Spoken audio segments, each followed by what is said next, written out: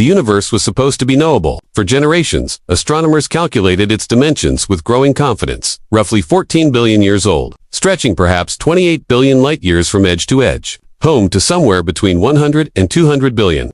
Galaxies scattered through an expanding, but ultimately mappable cosmos. The numbers felt staggering, yet finite. They suggested boundaries we might eventually comprehend, a cosmic inventory we could one day complete. Then a telescope changed everything. When the James Webb Space Telescope opened its gold-plated eyes and stared into patches of sky that every previous instrument had recorded as empty darkness. It didn't just find more of what we expected. It found evidence that nearly everything we thought we understood about cosmic scale, formation speed, and the very nature of observable reality needed to be reconsidered. The telescope revealed galaxies that shouldn't exist yet, structures too massive for their age, a universe not just larger than we calculated, but fundamentally different than we imagined. And most unsettling of all, it gave us glimpses of something we can never fully see, evidence that what lies beyond our cosmic horizon dwarfs everything we can observe, by margins we cannot even properly estimate. To understand what Webb found and why it matters, we need to start with something that sounds simple but carries profound implications: the nature of looking itself. When you observe anything in space, you're not seeing it as it exists now. You're seeing it as it was. This isn't metaphor or approximation. It's the unavoidable consequence of light's finite speed. Photons move at approximately 186,282 miles per second, the absolute speed limit of the universe. Yet even that astonishing velocity turns every observation into archaeology. The light reflecting off this page left it nanoseconds ago. The light from a street lamp a block away shows you that lamp as it was millionths of a second in the past. These delays are so minuscule that our brains evolved to treat them as instantaneous, stitching together a seamless experience of now that technically doesn't exist. But step outside and look up, and these delays begin to accumulate into something more significant. The moon you see is the moon as it existed 1.3 seconds ago. The sun appears as it was 8 minutes and 20 seconds in the past. If the sun were to suddenly vanish, we wouldn't know for over 8 minutes. We'd continue seeing it, basking in its light, completely unaware that the source of that light had ceased to exist. The sun could already be gone, and we'd still see it shining. Every star visible to your naked eye exists in your vision somewhere between 4 and 15,000 years in the past. When you look at the Andromeda galaxy, that faint smudge, barely visible on a dark night, you're seeing light that departed its source 2.5 million years ago, when our ancestors had barely descended from trees. This transformation of distance into time becomes the defining characteristic of astronomy. Once we look beyond our immediate cosmic neighborhood, the universe doesn't present itself to us as a snapshot of current conditions. Instead, it offers a chronological archive, with the most distant objects representing the earliest chapters of cosmic history. Every direction we look becomes a different moment in time. The sky isn't a place, it's a timeline made visible. Point your telescope toward one distant galaxy and you might be looking 8 billion years into the past. Point it at another and you're seeing 12 billion years back. The deeper into space we look, the further into history we see. But there's a complication that makes this more than just a matter of accumulating light travel time. The universe doesn't remain static while light crosses it. Space itself is expanding. It has been since the moment of the Big Bang. This expansion doesn't just mean objects are moving away from each other through space. It means the space between them is growing, carrying them apart in the process. And when space expands, it stretches everything within it, including the light traveling through it. Imagine a photon leaving a distant galaxy, carrying information encoded in its wavelength. As that photon journeys across billions of light-years, the space it's moving through gradually expands. The photon gets stretched along with it. A photon that began its journey in the ultraviolet spectrum, with a short, energetic wavelength, might arrive at Earth stretched into visible blue light. One that started as blue might arrive as red. One that started in the visible spectrum might arrive shifted entirely into the infrared, beyond what human eyes can detect. This phenomenon, called redshift, isn't just a visual transformation. It's a precise measurement tool. The amount a photon has been stretched tells us exactly how much the universe has expanded during that photon's journey, which in turn tells us when and how far away the photon originated. For decades, astronomers built telescopes optimized to capture visible light and near-ultraviolet wavelengths, the same narrow band of the electromagnetic spectrum that our eyes evolved to see. These instruments, culminating in the extraordinary Hubble Space Telescope, revealed the universe in stunning detail. They showed us star nurseries where new suns ignite. They captured the spiraling arms of distant galaxies. They peered deep into space and found galaxies billions of light-years away. Hubble's observations revolutionized our understanding of cosmic structure, star formation, black holes, and the large-scale architecture of space. But Hubble had a limitation built into its very design. The farther it looked, the more the light from those distant objects shifted out of its visible light range. Ancient galaxies didn't disappear. Their light simply slipped into wavelengths Hubble couldn't see, drifting into the infrared like a conversation moving out of hearing range.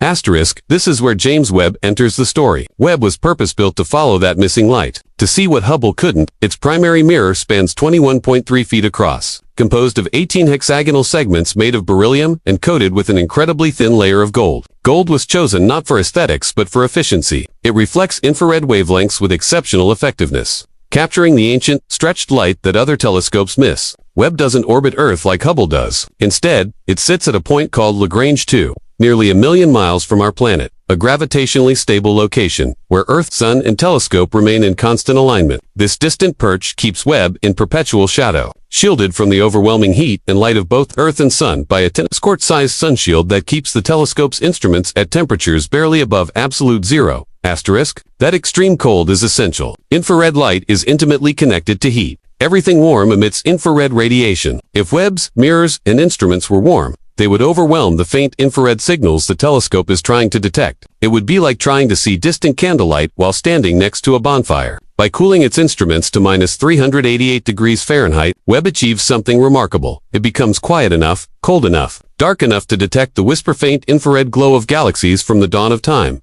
Asterisk, when Webb points at a region of sky that appears completely black to us, it's not searching for emptiness. It's waiting with extraordinary patience. These observations often last hundreds of hours, with Webb staring at the same tiny patch of sky night after night, week after week, collecting photons, one by one. Some of these photons have been traveling for over 13 billion years. They began their journey when the universe was less than 3% of its current age, crossing an expanding cosmos while everything we know, our solar system, our planet, our entire species, came into being and evolved.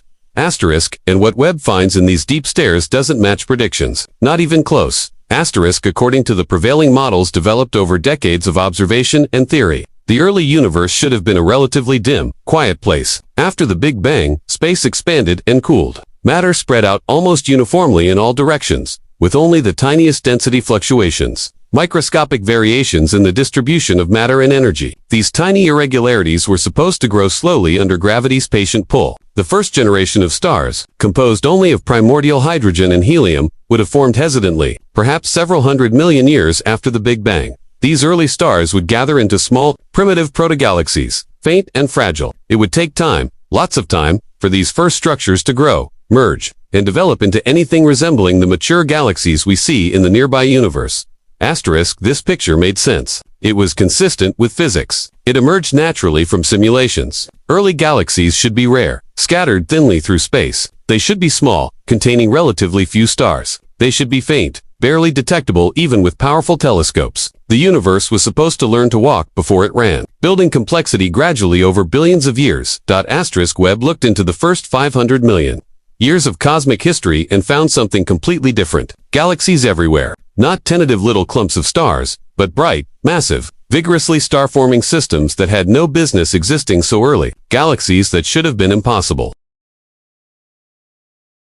Take, for example, galaxies detected at a time when the universe was only 300 to 400 million years old. These aren't just earlier than expected. They're shockingly mature. Some contain stellar populations equivalent to hundreds of millions of solar masses. A few show evidence of having already formed 1 billion stars or more. Creating that many stars requires time. Stars don't appear instantly. They form when clouds of gas collapse under gravity, a process that takes millions of years. That's for a single generation. But some of these early galaxies show spectroscopic signatures of carbon, oxygen, nitrogen, and other heavy elements. Those elements don't exist in the primordial universe. They're forged inside stars through nuclear fusion, then scattered into space when stars die. Their presence in such young galaxies means something extraordinary. At least one entire generation of stars must have already formed, lived their full lives, and died, enriching the cosmos with heavy elements, all before the universe reached even 3% of its current age. Asterisk, the timeline becomes nearly impossible to fit. Formation of the first stars, their lifetimes, their deaths, the accumulation of their debris into new gas clouds, the formation of a second generation of stars, the assembly of those stars into galaxies massive and bright enough for Webb to detect across 13 billion light. Every step requires time. Compress them all into the first few 100 million years, and you're pushing against what the physics seems to allow.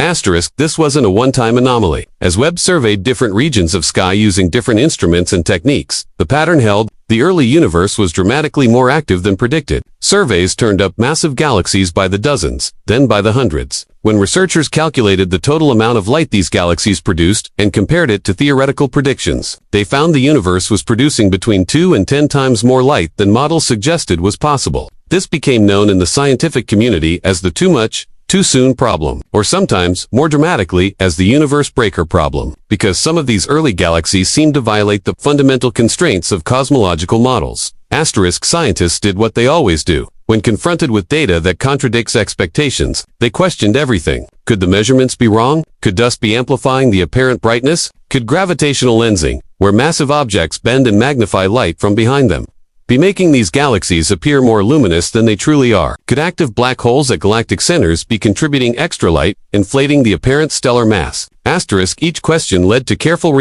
some corrections applied. Yes, a few of these early galaxies do host surprisingly powerful black holes, whose radiation contributes to total brightness. Accounting for this reduced some of the most extreme mass estimates. But even after every correction, even after accounting for every identified bias, the early universe still contained approximately twice as many massive galaxies as theory predicted. The problem eased slightly. It didn't disappear. Asterisk, what makes this especially puzzling is that it suggests star formation in the early universe was dramatically more efficient than in the modern cosmos. Today, most gas in galaxies never become stars. It's heated by stellar radiation, stirred by turbulence, blown away by supernova, or simply remains too diffuse to collapse. The efficiency of converting gas into stars in present-day galaxies is surprisingly low, often just a few percent. Early galaxies appear to have operated very differently. They were converting gas into stars rapidly, efficiently, almost voraciously.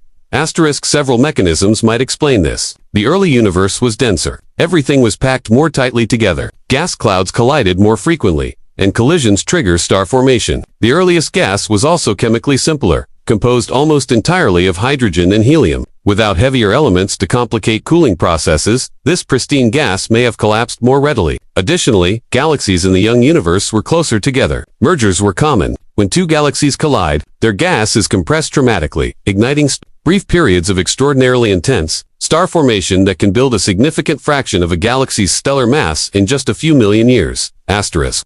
Each of these factors helps, but none fully resolves the tension. And woven through these discoveries of unexpectedly mature early galaxies is another separate mystery that's perhaps even more perplexing. At the centers of many of these ancient galaxies sit black holes that shouldn't exist.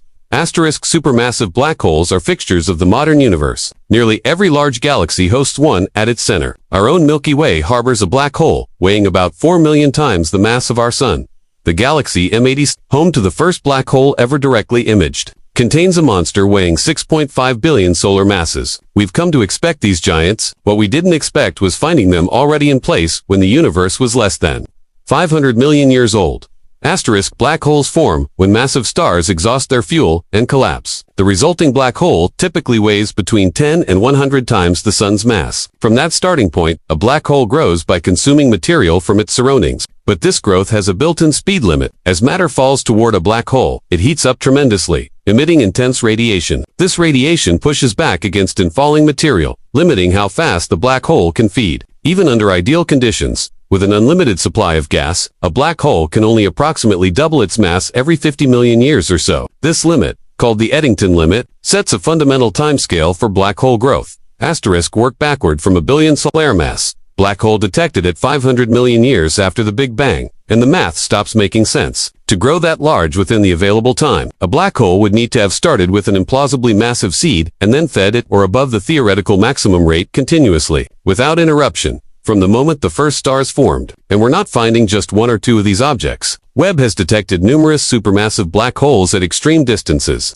all existing far earlier than conventional formation scenarios allow. Asterisk, this forces consideration of exotic possibilities. Perhaps some black holes didn't form from stars at all, maybe under the right conditions in the early universe. Massive clouds of gas could collapse directly into black holes weighing thousands or even tens of thousands of solar masses, skipping the stellar phase entirely and providing a head start on growth. Perhaps the first generation of stars was fundamentally different from modern stars. growing to thousands of times the sun's mass before collapsing directly into massive black holes. Perhaps the Eddington limit doesn't apply under the unique conditions of the early universe. Or perhaps black holes merge far more frequently in that dense environment than we've assumed, combining their masses rapidly. Asterisk, none of these ideas has been proven. None can yet be ruled out. Each represents physics we haven't observed directly, operating under conditions we can't replicate. And yet the black holes are there, captured in Webb's data, demanding explanation. Asterisk, what ties together the surprisingly mature galaxies and the unexpectedly massive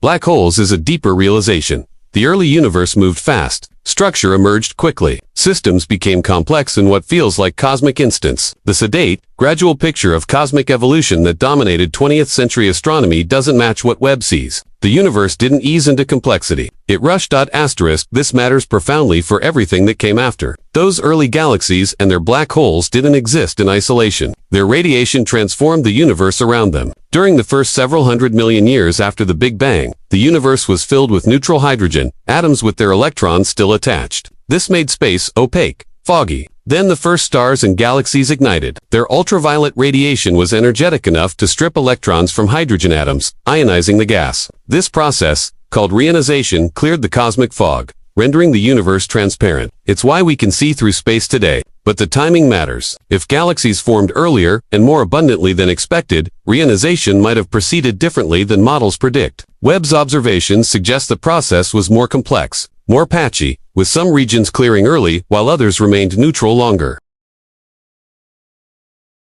These early galaxies also enriched space with heavy elements. Every supernova, every stellar wind, every dying star scattered processed material into the cosmos. Carbon, oxygen, nitrogen, silicon, iron, all the elements essential for planets and eventually life, began accumulating. The chemical evolution of the universe was underway. If massive galaxies formed earlier, then enrichment began earlier. The raw materials for rocky planets and complex chemistry appeared sooner than previously thought.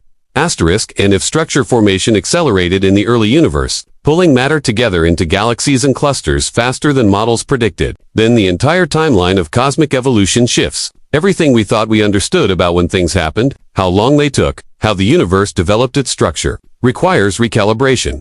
Asterisk, this brings us to one of Webb's most extraordinary contributions, the sheer number of galaxies it has revealed. For decades, the cosmic census seemed relatively settled. Estimates suggested the observable universe contained between 100 and 200 billion galaxies, an incomprehensibly large number derived from Hubble's deepest surveys. Hubble stared at tiny patches of empty-looking sky for weeks at a time, counting every galaxy it could detect, then extrapolating those numbers across the entire celestial sphere. Asterisk, the most famous of these observations, the Hubble Ultra-Deep Field, focused on a region of sky about 1/10 the diameter of the full moon, an area so small that you'd need about 13 million such patches to cover the entire sky. Within that tiny window, Hubble detected nearly 10,000 galaxies. The image was stunning, showing galaxies at multiple distances, multiple ages, overlapping and scattered in every direction. From this single observation, astronomers calculated their census of the cosmos. Asterisk, then Webb looked at similar regions with its infrared vision, and the darkness filled in. Where Hubble saw gaps between galaxies, Webb detected faint infrared glows. Where Hubble found the limit of detectability, Webb pushed deeper. It's not that Hubble missed these galaxies through some failure of design. It's that their light had shifted beyond Hubble's range, slipping into infrared wavelengths Hubble couldn't see. The galaxies were always there. They were simply invisible to visible light telescopes. Asterisk, in one comprehensive survey, Webb stared at a region covering about 3 times the area of the full moon, collecting more than 10,000 individual exposures over hundreds of hours. When those exposures were combined and analyzed, the result was staggering. More than 800,000 distinct galaxies visible in a single image. Not 800,000 stars, 800,000 galaxies, each containing millions, billions, or trillions of stars, each hosting its own populations of planets, black holes, nebulae, potentially entire civilizations. Asterisk, to visualize the scale difference. If you printed the Hubble Ultra-Deep Field at normal photograph size, you'd need to print the equivalent Webb image at about 13 feet by 13 feet to show the same level of detail. A wall-sized mosaic of cosmic history, every point representing an entire galaxy. Asterisk, this dramatically changes the census. If Webb's deep fields are representative, and multiple independent observations in different sky regions suggest they are, then the observable universe doesn't contain a few hundred billion galaxies. It likely contains several trillion. For every galaxy we previously knew about, there may be 10 or more we couldn't see. The universe is far more crowded than we realized. Asterisk, but Webb didn't just count galaxies. It measured them, determining distances, masses, ages, and star formation rates for hundreds of thousands of objects simultaneously. This allows astronomers to reconstruct the complete history of galaxy evolution across nearly the entire age of the universe, tracking how galaxies changed from the cosmic dawn to the present day. And when that reconstruction is visualized, an extraordinary structure emerges.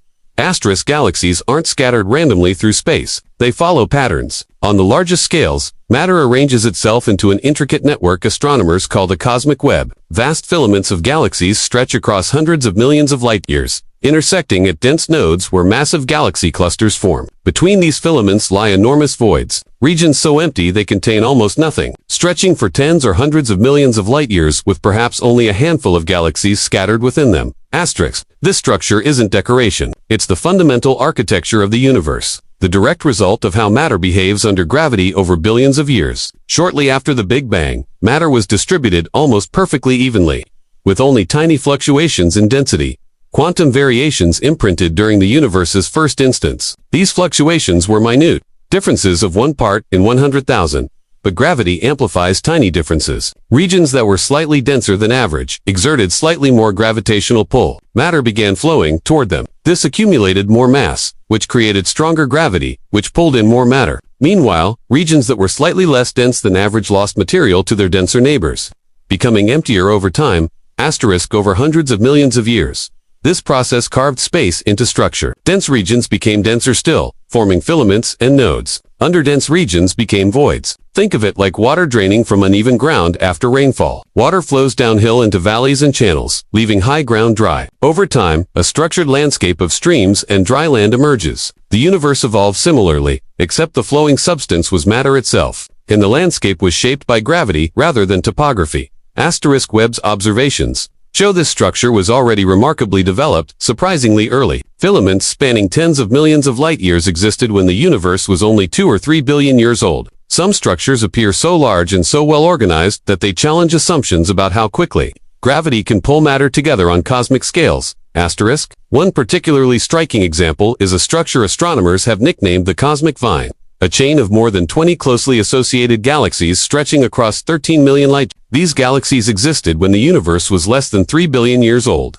Yet the structure rivals much older formations in extent. What makes it especially intriguing is that several of its most massive galaxies have already stopped forming stars. They're quiescent, having somehow exhausted or lost their gas supplies. This is unusual so early in cosmic history, when most galaxies are still actively growing. Asterisk. The implication is that environment profoundly affects galaxy evolution. Galaxies in dense regions, embedded in filaments or clustered together, experience frequent interactions. They collide, merge, steal gas from each other, and heat their surroundings through feedback from stars and black holes. These processes can shut down star formation prematurely, forcing galaxies into early retirement. Isolated galaxies far from structure evolve more slowly, continuing to form stars for billions of years longer. Asterisk. Using Webb data, researchers have compiled the most comprehensive catalog of galaxy groups and protoclusters ever assembled, identifying more than 1,600 groupings spanning from 12 billion years ago to just a few billion years ago. These groups are the ancestors of today's massive galaxy clusters, structures that will eventually contain thousands of galaxies bound together by gravity. By studying groups at different epochs, astronomers can watch cosmic structure assembly in action, seeing how small groups merge into larger ones, how galaxies within groups transform, how the cosmic web grows denser over time.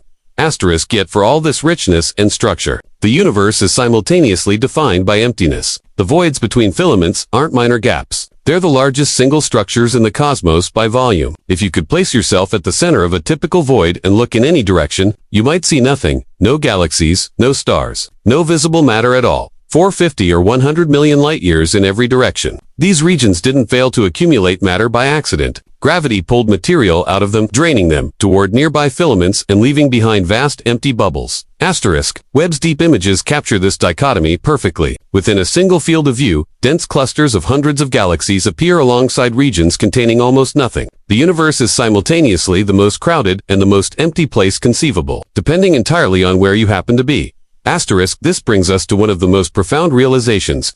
Emerging from Webb's observations, the observable universe is far larger than most people imagine, and this isn't artistic exaggeration, it's measured fact. For decades, even scientifically literate people often assumed the observable universe extended about 13.8 billion light-years in all directions, a figure derived from the age of the universe and the speed of light. If the universe is 13.8 billion years old and light travels at a fixed speed, then the farthest light reaching us should come from 13.8 billion light-years away. That calculation would be correct in a static universe. But our universe isn't static. Space has been expanding continuously since the Big Bang, and that expansion changes everything. The observable universe doesn't have a radius of 13.8 billion light. It has a radius of approximately 46.5 billion light-years, making the full diameter about 93 billion light. This seems impossible at first. How can light from an object 46 billion light-years away reach us if it's only been traveling for 13.8 billion years? The answer reveals something fundamental about the nature of cosmic expansion. Asterisk. When we say distant galaxies are moving away from us, our instinct is to picture them traveling through space like rockets flying apart after an explosion. That picture is fundamentally misleading. Galaxies aren't really moving through space at all, at least not on large scales. They're embedded in space, and space itself is expanding, carrying them along. The difference is crucial. Motion through space is limited by the speed of light. Nothing can exceed it. But the expansion of space itself has no such limit. Space can stretch faster than light travels through it. Asterisk, imagine drawing dots on a deflated balloon, then inflating it. As the balloon expands, every dot moves away from every other dot. None of the dots are at the center. None are moving across the balloon's surface. The surface itself is stretching, and the dots simply ride along. The universe behaves the same way. Space is the balloon. Galaxies are the dots. Asterisk, now here's the key insight. When a distant galaxy emitted the light Webb detects today, that galaxy was much closer to us than it is now. The light began traveling toward Earth across a shorter distance. But during the billions of years that light was in transit, space expanded continuously. The distance between us and that galaxy grew. By the time the light finally arrived, the galaxy had been carried more than 46 billion light-years away by cosmic expansion. Asterisk, light hasn't been crossing a fixed distance. It's been moving through a distance that's growing beneath it, like running on a treadmill that keeps increasing its speed. Early in the universe's history, when expansion was slower, light made good progress. As time passed and expansion accelerated, the race became harder. Some photons, those emitted early enough, managed to reach us despite the growing distance. Others, emitted later or from farther away, never will. Asterisk, this creates a boundary called the cosmic horizon, an edge beyond which light simply cannot reach us. Not because it lacks time, but because the space it must cross expands faster than light can traverse it. Think of it as a river flowing faster than you can swim upstream. No amount of effort closes the distance. You're making progress through the water, but the water itself is carrying you backward faster than you move forward. Asterisk, the cosmic horizon isn't a physical edge. There's no barrier, no wall, no place where space ends. Beyond 46.5 billion light-years, the universe continues. We know this with considerable confidence because the universe appears essentially the same in every direction we can observe. The distribution of galaxies, the patterns in the cosmic microwave background, the large-scale structure of the cosmic web, all show remarkable uniformity. This isotropy would be impossible if space simply stopped at the edge of our view. The smoothness of the observable universe tells us that space extends far beyond what we can see, following the same physical laws, containing the same types of structures. Asterisk, but that continuation is hidden from us permanently. Beyond the cosmic horizon, entire galaxies are forming, evolving, and dying in complete isolation from our observable reality. Stars ignite, planets form, black holes merge, supernova explode. Countless cosmic histories unfold in regions that can never send us information and can never receive information from us. The speed of light and the expansion of space combine to create an absolute boundary to observation. Asterisk, what makes this even more unsettling is that this boundary isn't static. It changes over time in complex ways. As the universe ages, light from more distant regions has had more time to reach us, so the cosmic horizon creeps outward. In theory, this should let us see more of the universe as time passes. But there's a competing effect. Cosmic expansion is accelerating. Space is stretching faster now than it did in the past, driven by something called dark energy. These two effects, the growing light travel time and the accelerating expansion, work against each other.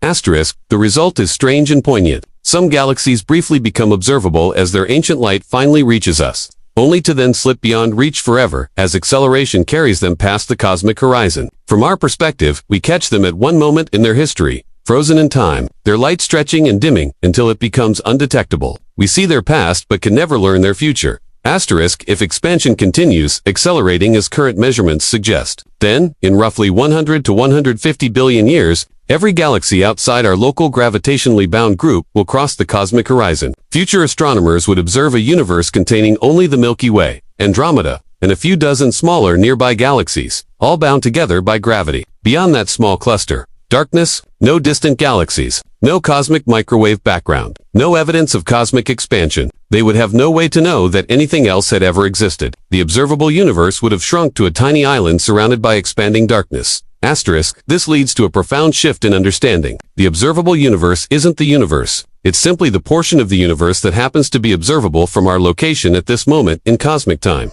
Move to a different galaxy, and the observable universe changes. Some galaxies you could see from Earth disappear beyond the horizon. Others, previously hidden, come into view. Every location in space defines its own unique observable bubble. Asterisk, this creates counterintuitive situations. Two galaxies can both be visible from Earth, yet unable to observe each other. They lie on opposite sides of our horizon. Light from both reaches us, but light from one cannot reach the other. Each sits beyond the other's cosmic horizon. From their perspectives, we might lie beyond their observational limits. There is no privileged center, no cosmic vantage point from which everything can be seen. Every observer, wherever they are, sits at the center of their own observable bubble, surrounded by a horizon beyond which information cannot pass.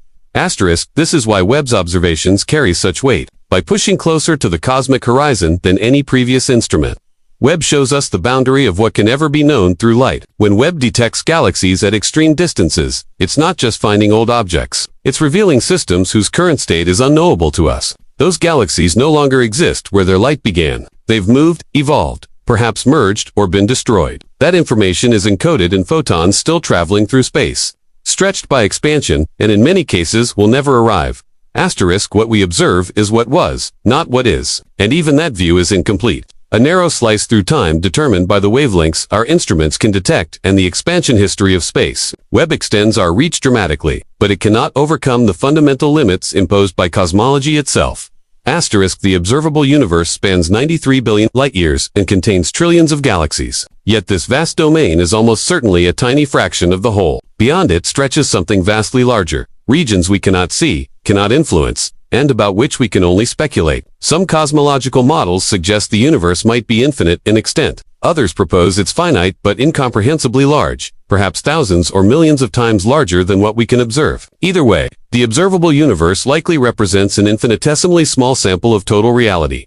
Asterisk, James Webb hasn't revealed the edge of the universe. It's revealed that there is no accessible edge, no boundary we can reach or observe. And this realization naturally raises another question. If most of the cosmos is hidden by expansion, if vast territories of reality are permanently beyond reach, what is driving that expansion? What force is pulling space apart with such strength that it hides most of existence behind an impenetrable horizon? Asterisk, for most of modern cosmology, scientists assumed they understood cosmic expansion reasonably well. The universe began in the Big Bang. Everything rushed outward. Gravity worked constantly to slow that expansion, pulling matter back together. The big question was whether gravity would eventually win, halt expansion, and perhaps reverse it, leading to a big crunch, or whether the initial outward momentum was enough to overcome gravity, allowing expansion to continue forever but gradually slowing asymptotically toward zero. Both scenarios assumed the same basic framework. Gravity controlled the evolution of cosmic expansion.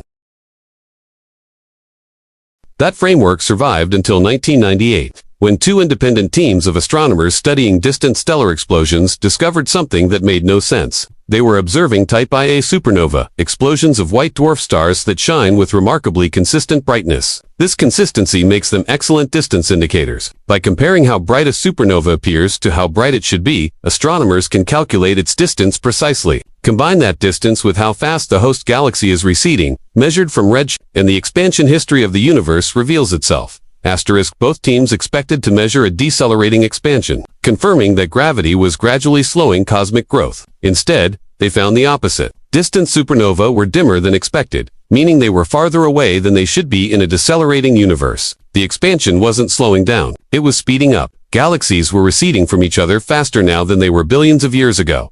Asterisk, this shouldn't be possible in a universe governed only by matter and radiation. Gravity is attractive. It pulls things together. It should slow expansion, not accelerate it. The discovery implied something counterintuitive and unprecedented. Some form of energy filling space was pushing it apart, overwhelming gravity's attractive influence. Asterisk, to account for this, cosmologists were forced to introduce a new component into their models. Dark energy. The name is a placeholder, an admission of ignorance. Dark because it doesn't emit, absorb, or reflect light. Energy because it acts like a property of space itself. an energy density inherent to the vacuum. Dark energy doesn't clump into galaxies or clusters. It doesn't thin out as space expands. Instead, it remains at constant density even as the universe grows. This creates a runaway effect. More space means more dark energy. More dark energy drives faster expansion. Faster expansion creates more space. And the cycle continues. Asterisk measurements now indicate that dark energy comprises roughly 68% of the total energy content of the universe. Dark matter, the invisible material that provides the gravitational scaffolding for galaxies and structure, accounts for about 27%. Ordinary matter, everything we can see and touch, from stars and planets to people and atoms, makes up less than 5%. The universe is dominated by components we don't understand, can't directly detect, and whose nature remains profoundly mysterious. Asterisk, dark energy's influence wasn't always dominant. In the early universe, matter was denser and gravity was stronger. Matter shaped cosmic evolution, sculpting galaxies and structure. Asterisk, but as space expanded and matter spread thinner, its gravitational influence weakened. Dark energy, maintaining constant density while space grew, gradually gained the upper hand. About 5 billion years ago, dark energy became the dominant force controlling cosmic expansion. Since then, it has been driving the universe to expand ever faster. Asterisk, James Webb doesn't detect dark energy directly. No telescope can, because dark energy doesn't emit or interact with light in any way we can currently measure. But Webb sees its effects everywhere. The extreme stretching of ancient light, the vast distances separating galaxies, the size of the observable universe itself, all reflect dark energy's relentless push. Without it, the cosmos would be dramatically smaller. The cosmic horizon would sit much closer. Many of the distant galaxies Webb observes would lie permanently beyond our reach, their light unable to traverse the smaller distances that would exist in a non-accelerating universe. Asterisk, dark energy also determines the universe's ultimate fate. If it remains constant at its current density, as observations so far suggest, then cosmic expansion will continue accelerating forever. Billions of years from now, the space between galaxy clusters will have grown so vast that they'll lose all contact with one another. Each cluster will become an isolated island universe, unable to see or communicate with anything beyond its own gravitationally bound members. Trillions of years after that, even the cosmic microwave background, that faint afterglow of the Big Bang currently visible in every direction, will have stretched to wavelengths so long and energies so low that it becomes undetectable. The universe will appear empty, cold, and dark to any observers that remain. Asterisk, yet this picture, unsettling as it is, rests on measurements that have become increasingly problematic. When cosmologists measure the current expansion rate of the universe, the so-called Hubble constant, they don't get one answer. They get two different answers depending on how they measure it. And the discrepancy refuses to go away. Asterisk, one method looks at the ancient past. Scientists analyze the cosmic microwave background, the radiation released when the universe was only 380,000 years old. Tiny fluctuations in this radiation's temperature across the sky encode information about the universe's composition, geometry, and expansion rate at that early time. Using these measurements and the standard cosmological model, researchers can calculate what the expansion rate should be today. This approach yields a value of approximately 67 kilometers per second per mech. What this means is that for every 3.26 million light-years of distance, space expands by about 67 kilometers per second. Asterisk, the second method looks at the nearby universe. Astronomers measure distances to galaxies using several techniques, including Cepheid variable stars and type Ia supernova. They compare these distances to how fast the galaxies are receding. This direct measurement consistently produces a higher expansion rate, around 73 kilometers per second per megaparsec. Asterisk 6 kilometers per second per megaparsec might not sound like much, but the measurements are precise enough that this difference is statistically significant. It's not random error. Both methods have been refined repeatedly. Both have been checked for systematic biases. Both produce consistent results when repeated independently by different teams. They simply don't agree. Asterisk, this disagreement, called the Hubble tension, has become one of the most pressing problems in modern cosmology. James Webb was expected to help resolve it. The telescope's ability to observe Cepheid variables and other distance indicators in galaxies farther away than Hubble could reach would provide more data, allowing for more precise measurements. When Webb made these observations, it confirmed the higher expansion rate measured in the nearby universe. The tension didn't ease. It sharpened. Asterisk, several possibilities might explain this discrepancy. Perhaps something is fundamentally wrong with one of the measurement methods in ways we haven't identified. Perhaps unknown systematic errors are biasing the results. But if the measurements are both correct, then something profound must be wrong with our cosmological models. Maybe dark energy isn't constant. Perhaps its density or properties have changed over cosmic time. influencing expansion in ways current models don't capture. Maybe there's unknown physics affecting how light travels across vast distances. Perhaps the early universe behaved differently than we assume, imprinting characteristics on expansion that evolve in unexpected ways. Asterisk, each possibility carries enormous implications. The expansion rate isn't just a number. It determines the age of the universe, its size, the formation, timescale, for structure, and its ultimate fate. If we're misunderstanding it, then many conclusions drawn from cosmological observations may need fundamental revision. The Hubble tension cuts to the foundation of how we describe cosmic evolution. Asterisk, there's also a more unsettling scenario that cannot yet be ruled out, though current evidence doesn't favor it. If dark energy isn't constant but is instead growing stronger over time, then the acceleration of expansion could intensify. In the most extreme version of this scenario, sometimes called the Big Rip, expansion eventually becomes so violent that it overwhelms not just the large-scale structure of the universe, but local gravitational bonds as well. Galaxy clusters would be torn apart first. Then individual galaxies would dissolve, their stars flung into isolation. Eventually, star systems would be destroyed, planets ripped from orbits. In the final moments, molecules, atoms, and even atomic nuclei could be shredded by expanding space. The universe would quite literally tear itself apart. Asterisk, current measurements don't point toward this outcome. Most evidence suggests dark energy remains constant or changes very slowly, but the uncertainties are large enough that extreme scenarios can't be completely excluded. We simply don't know what dark energy is, or how it might evolve. Every model involves extrapolating known physics into domains we cannot test. What is certain is that dark energy dominates cosmic expansion, stretches space, and determines what can and cannot be observed. It's the reason most of the universe lies beyond the cosmic horizon. It's the reason future observers will see less than we do. It's the reason the observable universe, despite spanning 93 billion light-years, represents only a fraction of what exists. And yet, dark energy explains only one aspect of cosmic structure. It governs how space grows, but it doesn't explain how matter organizes within that space. It doesn't explain how galaxies form, how they cluster, or how the cosmic web emerges. For that, we need to understand a different, invisible component, one that doesn't push space apart, but instead pulls matter together. Asterisk. If dark energy is the force driving cosmic acceleration, then dark matter is the scaffolding holding everything else together. Without it, the universe Webb observes couldn't exist. Galaxies would never have assembled. Clusters wouldn't have formed. The cosmic web, with its intricate filaments and nodes, would have remained a nearly uniform fog. Stars, planets, and ultimately life depend on structures that require dark matter to exist. Asterisk, like dark energy.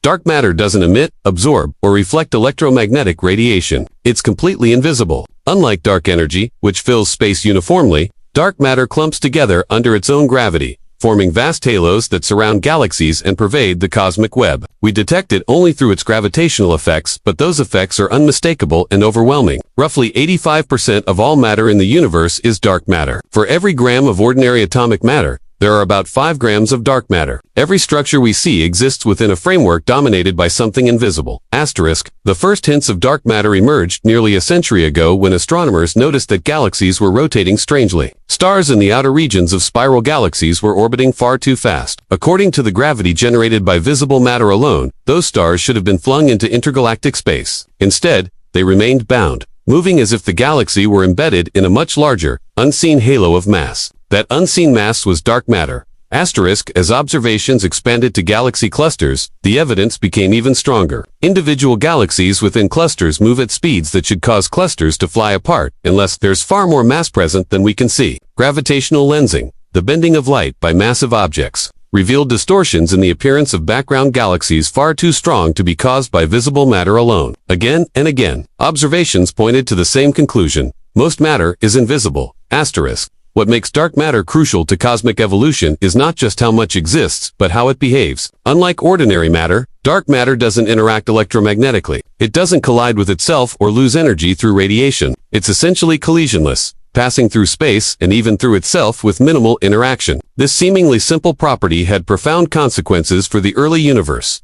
Asterisk. Shortly after the Big Bang, ordinary matter was hot, energized, and tightly coupled to radiation. Pressure from photons kept it from collapsing under gravity. Dark matter, immune to electromagnetic forces, wasn't coupled to radiation. While ordinary matter remained hot and pressure supported, dark matter could already begin responding to the tiny density fluctuations imprinted during the universe's first moments. It started clumping, accumulating into growing concentrations under gravity's patient pull. Asterisk over hundreds of millions of years. Dark matter assembled into massive halos long before ordinary matter could collapse. These halos became gravitational wells, deep potential valleys in space where ordinary matter would eventually fall once the universe cooled enough for pressure to drop. As the cosmos expanded and cooled, ordinary matter finally decoupled from radiation and began falling into these pre-existing dark matter structures. Gas collected, compressed, and eventually ignited nuclear fusion. The first stars formed, not randomly scattered through space, but precisely where dark matter had already gathered. Every galaxy, from the smallest dwarf to the most massive elliptical, sits within a dark matter halo, typically extending far beyond its visible edges. The Milky Way's dark matter halo probably extends several 100,000 light-years from the galactic center,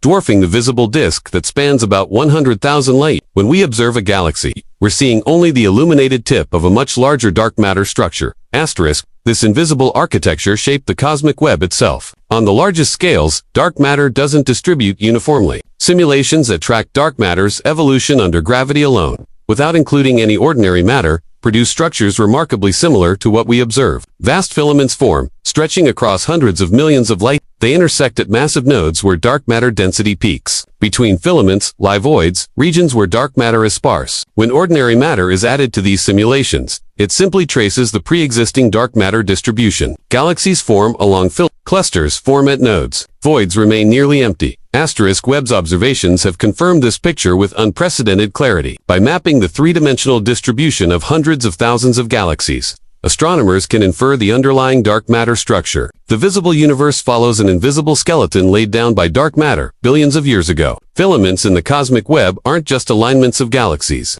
They're regions where dark matter density is highest, channeling gas and galaxies along preferred pathways. Asterisk, what makes this especially powerful is that astronomers have now managed to detect dark matter along these filaments directly using a technique called weak gravitational lensing. As light from distant background galaxies passes through regions containing dark matter, its path is bent slightly by the dark matter's gravity. This bending distorts the apparent shapes of background galaxies in subtle but measurable ways. By analyzing thousands of galaxy shapes across large areas of sky, scientists can map where dark matter exists. Asterisk, using this technique, researchers have detected dark matter threading the cosmic web, not just concentrated in clusters but spread along filaments connecting them. The cosmic web isn't just a theoretical construct or a pattern in galaxy it's a genuine physical structure traced by dark matter. The universe is networked, interconnected by invisible pathways of matter that guide cosmic evolution. The nodes of this network, massive galaxy clusters, represent the densest concentrations of matter in the universe. A single cluster can contain hundreds or thousands of galaxies, along with vast quantities of hot gas and enormous amounts of dark matter. Dark matter typically accounts for about 80% of a cluster's total mass. These clusters act as gravitational anchors, pulling matter toward them from surrounding filaments. Asterisk, when galaxies fall into clusters, they undergo dramatic transformation. The hot intracluster gas strips away their own gas supplies through a process called ram pressure stripping, shutting down star formation. Gravitational interactions with other cluster members can disturb their shapes, trigger starbursts, or even tear them apart entirely. Webb has captured many of these transformations in exquisite detail, showing galaxies mid-process as they're altered by their environment. The cosmic web isn't static. It's an active ecosystem where galaxies are born, transformed, and sometimes destroyed. Asterisk, despite dark matter's central role in cosmic structure, we still don't know what it actually is. We know it has mass, we know it responds to gravity, we know it doesn't interact but we don't know what particles comprise it, if it's made of particles at all. Decades of experiments have searched for dark matter particles directly,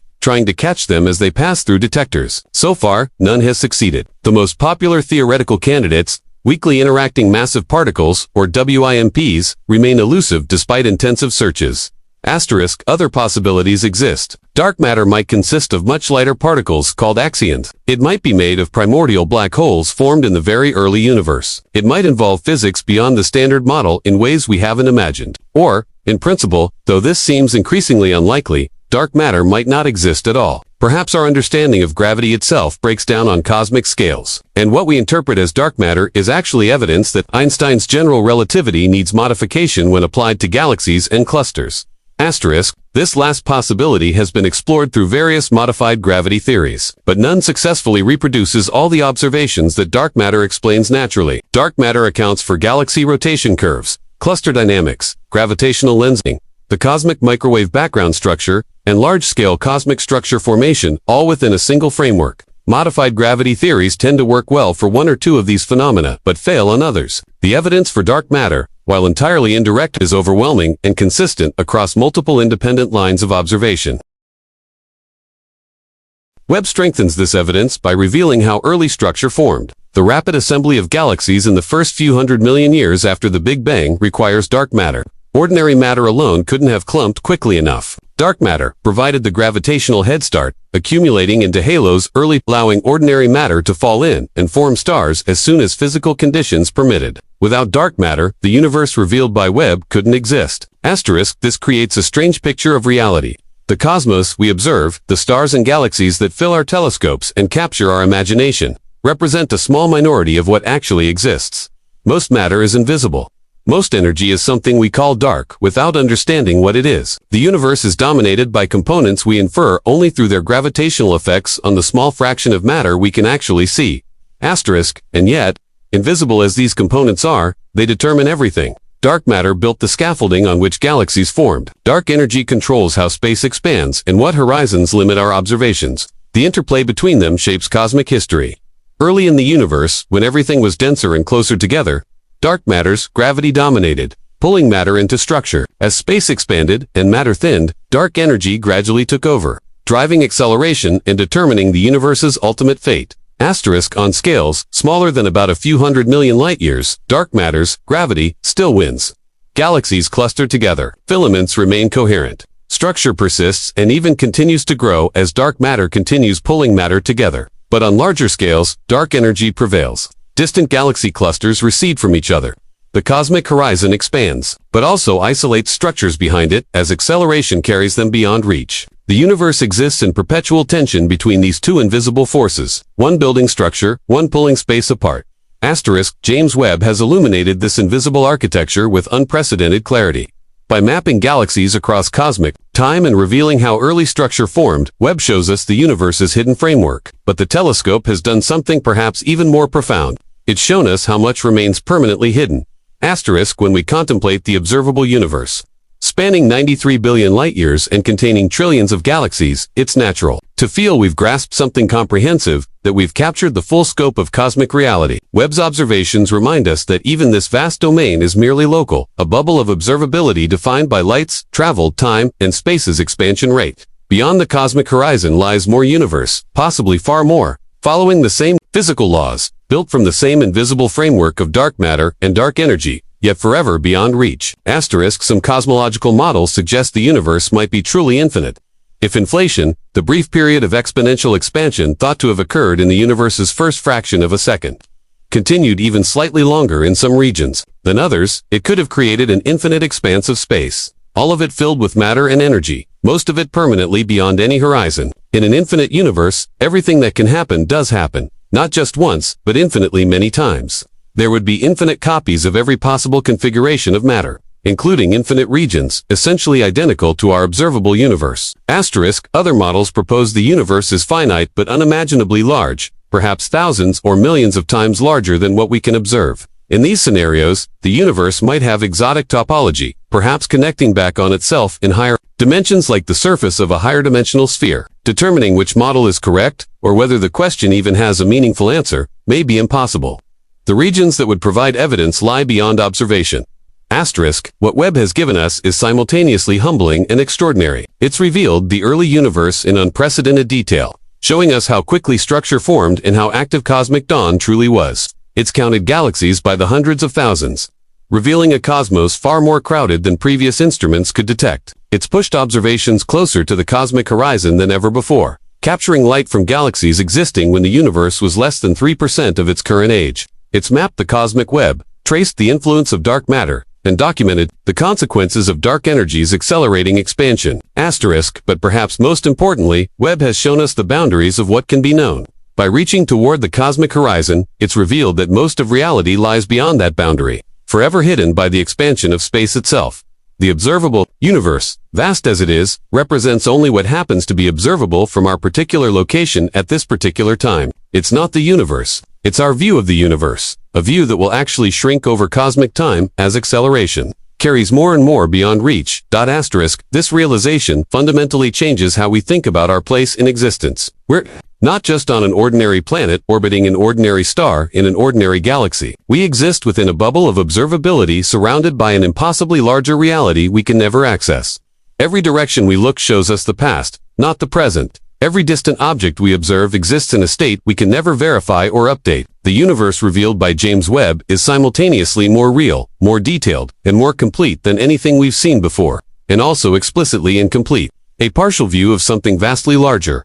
Asterisk, the early galaxies Webb detects aren't where their light shows them. They've moved, evolved, perhaps merged or been destroyed in the 13 billion years since they emitted the photons reaching us now. We're seeing their birth, preserved in ancient light, while their current fate remains unknowable. The massive black holes Webb found already in place when the universe was young have grown far larger by now, but we cannot observe their growth. We see them frozen at one moment, their later history hidden behind billions of years of light travel time, asterisk, and beyond the cosmic horizon. Perhaps trillions of light years away, perhaps infinitely far, lie regions where entirely different cosmic histories have unfolded, galaxies that will never send us light, stars that will never illuminate our detectors, black holes that will never gravitationally influence anything we can measure, entire volumes of space permanently separated from us not by distance alone, but by the structure of space-time itself. Asterisk, James Webb hasn't shown us the edge of the universe.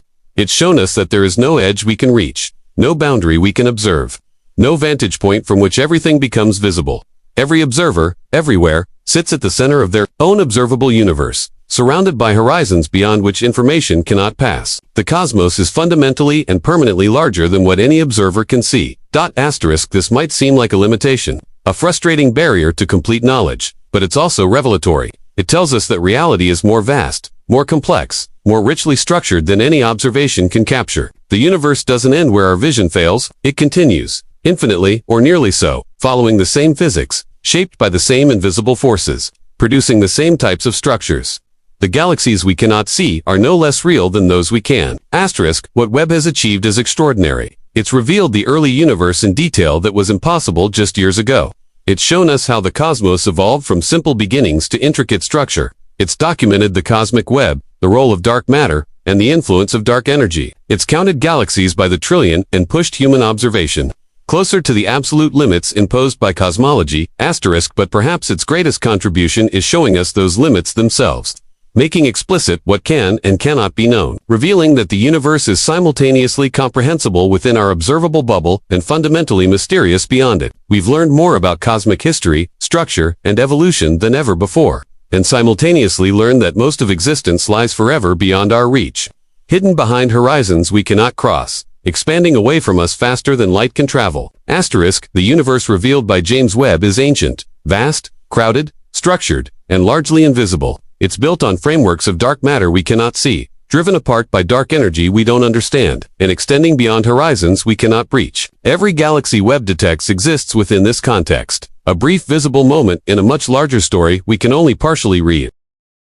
And still, within the boundaries of what we can observe, the revelations continue. The early galaxies that shouldn't exist yet, the massive black holes that formed too quickly, the cosmic web assembled surprisingly early, the trillions of galaxies hidden in what appeared to be empty darkness. Each discovery reshapes our understanding of cosmic evolution, while simultaneously reinforcing how much remains unknown. Asterisk, the universe is not what we thought. It's larger, more active, more complex, and more mysterious. James Webb has given us the clearest view we've ever had of cosmic reality, and in doing so, it's shown us just how much we cannot see, how much lies beyond reach, how much will remain forever hidden behind the expanding fabric of space itself. The observable universe spans 93 billion light-years and contains trillions of galaxies, and almost certainly, that incomprehensible vastness represents only a tiny fraction of what truly exists.